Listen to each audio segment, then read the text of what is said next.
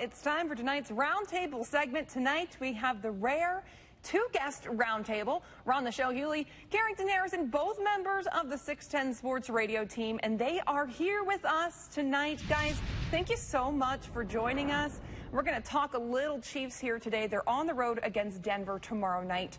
We have some significant injuries. Carrington, we're going to start with you. Are you genuinely worried the Chiefs could lose this game? I don't know how you can follow this team and not be worried if they could win or lose this football game. I think the blueprint is out there, at least how to beat the Kansas City Chiefs. If you can run the ball effectively, if you can play good defense, then you can absolutely beat the Kansas City Chiefs, and that's what Denver does really well. I think between Royce Freeman and Phillip Lindsay, and you factor in their defense, you guys put up the graphic earlier. So, yeah, absolutely. The Broncos can absolutely beat the Chiefs. Ron? Yeah, I mean, you look at the injury problems that the Chiefs have. I mean, up and down the offensive line, which has been an issue. Defensively, you're without, I believe, Chris Jones, the second most important player on the team behind Patrick Mahomes.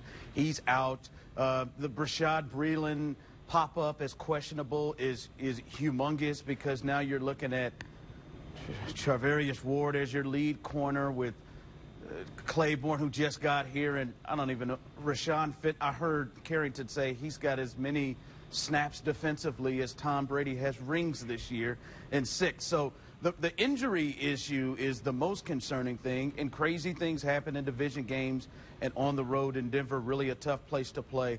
But, my God, even this Pat Mahomes has to be so much better than Flacco that you have the advantage. But, I mean, if the question is, can they lose? I mean, yeah, they can. I mean, the Colts got them, so, yeah, I mean, they can go on the road and lose to Denver. Yeah, I definitely agree with both of you guys. Also, any divisional game is going to be a tough one no matter what the record is. They always are going to be big games. Speaking of, though, usually you have the Chiefs offense to bail out the defense, but now they're missing Fisher, Wiley, and Watkins. So how does this bode for an offense that's just been struggling? Carrington, we're going to go to you first. Yeah, I mean, the injuries are obviously a big deal, but I also don't want to make it seem like it's a unique problem just to the Kansas City Chiefs. I mean, football has a 100% injury risk. It's not if you're going to get injured. It's simply when you're going to get injured. So you have to build your roster in a way that you can deal with the attrition that happens in the NFL.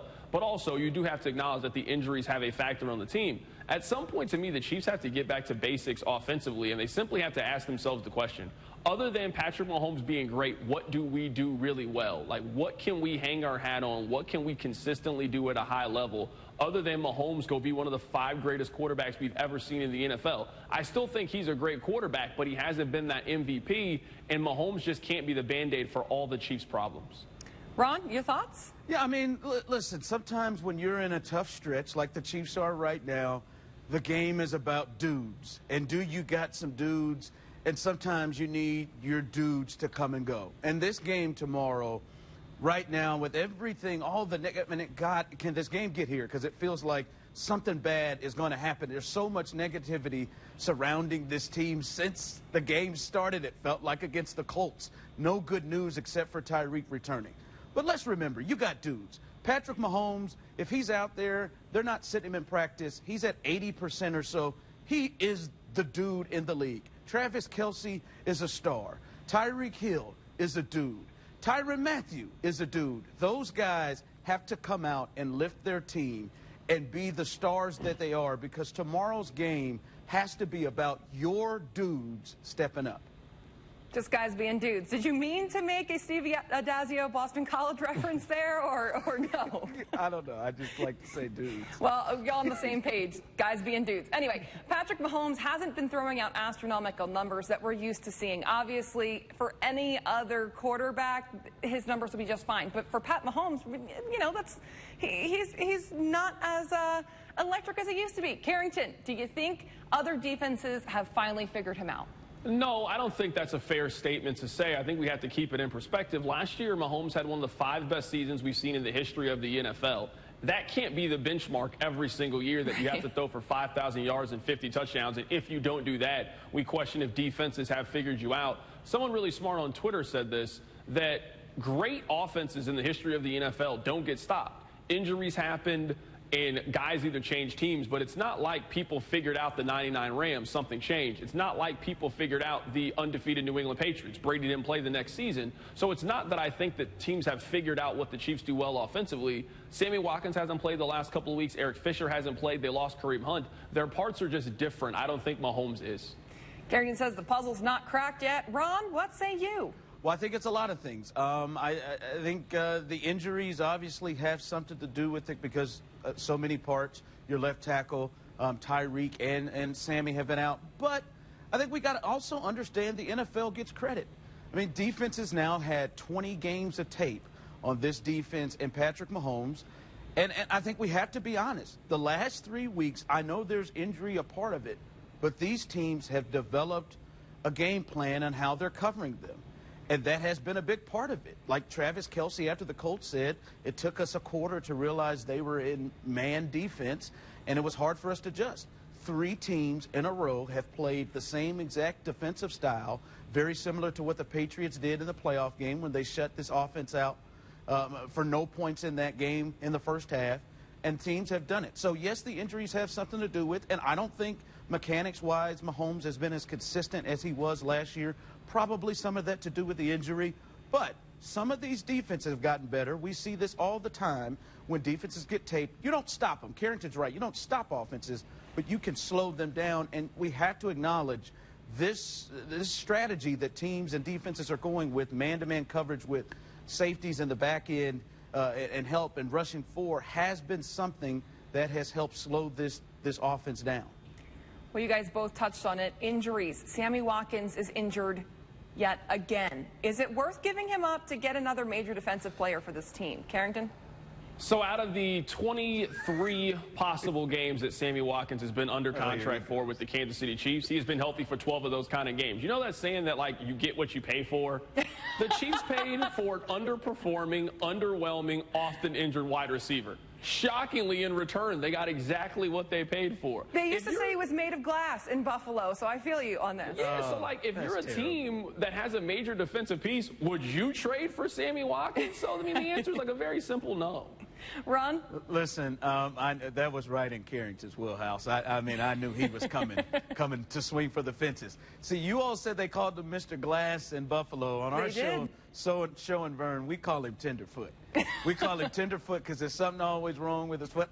As soon as they said that he was out for the game against the Colts, I said they need to immediately let him be out for the next couple of weeks because he's got to be one of the slowest healers in America.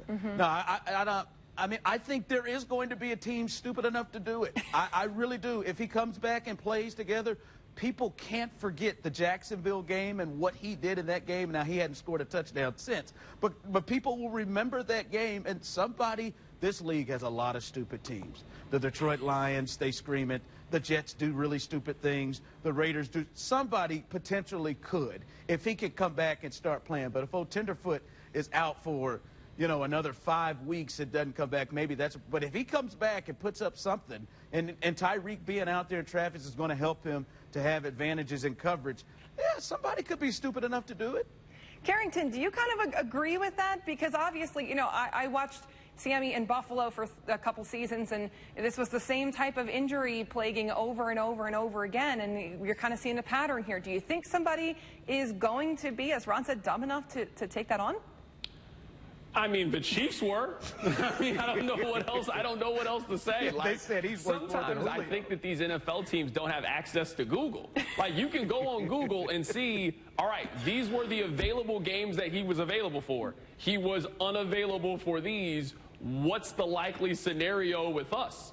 Like, it was so obvious how this was going to play with Sammy Watkins. Like, among non-quarterbacks in the NFL, he has the 4th highest cap number. He gets paid like he's Khalil Mack and Aaron Donald, yet he never plays for the team. It's incredible, the hustle that Sammy, on a day that we saw Brock Osweiler, who made $41 million in his year, retire, Sammy Watkins is pulling the greatest trick of all. I mean, he's basically Kaiser Soze. Oh my gosh. Yeah, man. Just let's leave Tenderfoot alone, That's man. Let's leave Tenderfoot alone, Carrington. God, man, just let him breathe. Well, real quick, guys, I know a lot of overreaction is going on Twitter, but do you guys think that the Chiefs are still Super Bowl contenders? Carrington, you first. Yes, they're still. Breathe. Come on now. I You have know to this ask team it. is still super. See, all right, this is the thing.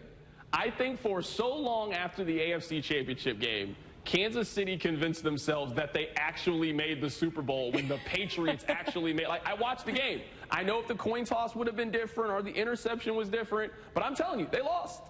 The Patriots are still the best team in the NFL. Maybe San Francisco's the second best team in the NFL. And then after that, it's just a matter of preference and week to week. Like, I just watched the Green Bay Packers, who the Chiefs play here in a couple of weeks. If that team is the third best team in the NFL, the Chiefs can 100% beat that team in Kansas City here next Sunday. So I understand that it's like this, but it is just a ebb and flow, week-to-week kind of league. The Rams were 3-0, and they were the hottest team in the NFL. They just traded Marcus Peters yesterday. It's just a week-to-week, up-and-down kind of league, and it's basically who gets hot in December. Ron, quickly. I've been told to make this quick, so hell yes. Of course they are. Stop it. Awesome. I agree with you guys. I just, pride. Apparently there was a pride poll that went down from 94% to 55%. So we have to ask y'all how you feel. Thank you so much, guys. I really appreciate you joining me tonight. Well, to some more NFL news, a major trade shaking up the league this week. The move had been rumored for a while, but Jacksonville cornerback Jalen Ramsey officially traded. Sorry, Chiefs fans, the LA Rams are taking him, offering Jacksonville a 2020 and 2021 first-round draft pick and a 2021 fourth-rounder.